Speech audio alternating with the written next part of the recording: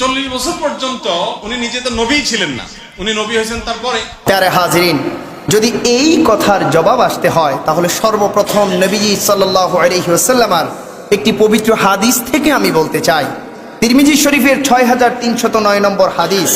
নবী করিম সাল্লাল্লাহু তাআলা আলাইহি ওয়াসাল্লামের দরবারে একজন সাহাবী আসলেন। ইয়া রাসূলুল্লাহ, মাতা ওয়াজাবাত লাকান নবুওয়া when you have acquired the nomination of prophet, নবী নবুয়াত এই জিনিসটা আপনি কখন অর্জন করেছেন? সাহাবী জিজ্ঞেস করেছেন আমার নবীকে। সুবহানাল্লাহ।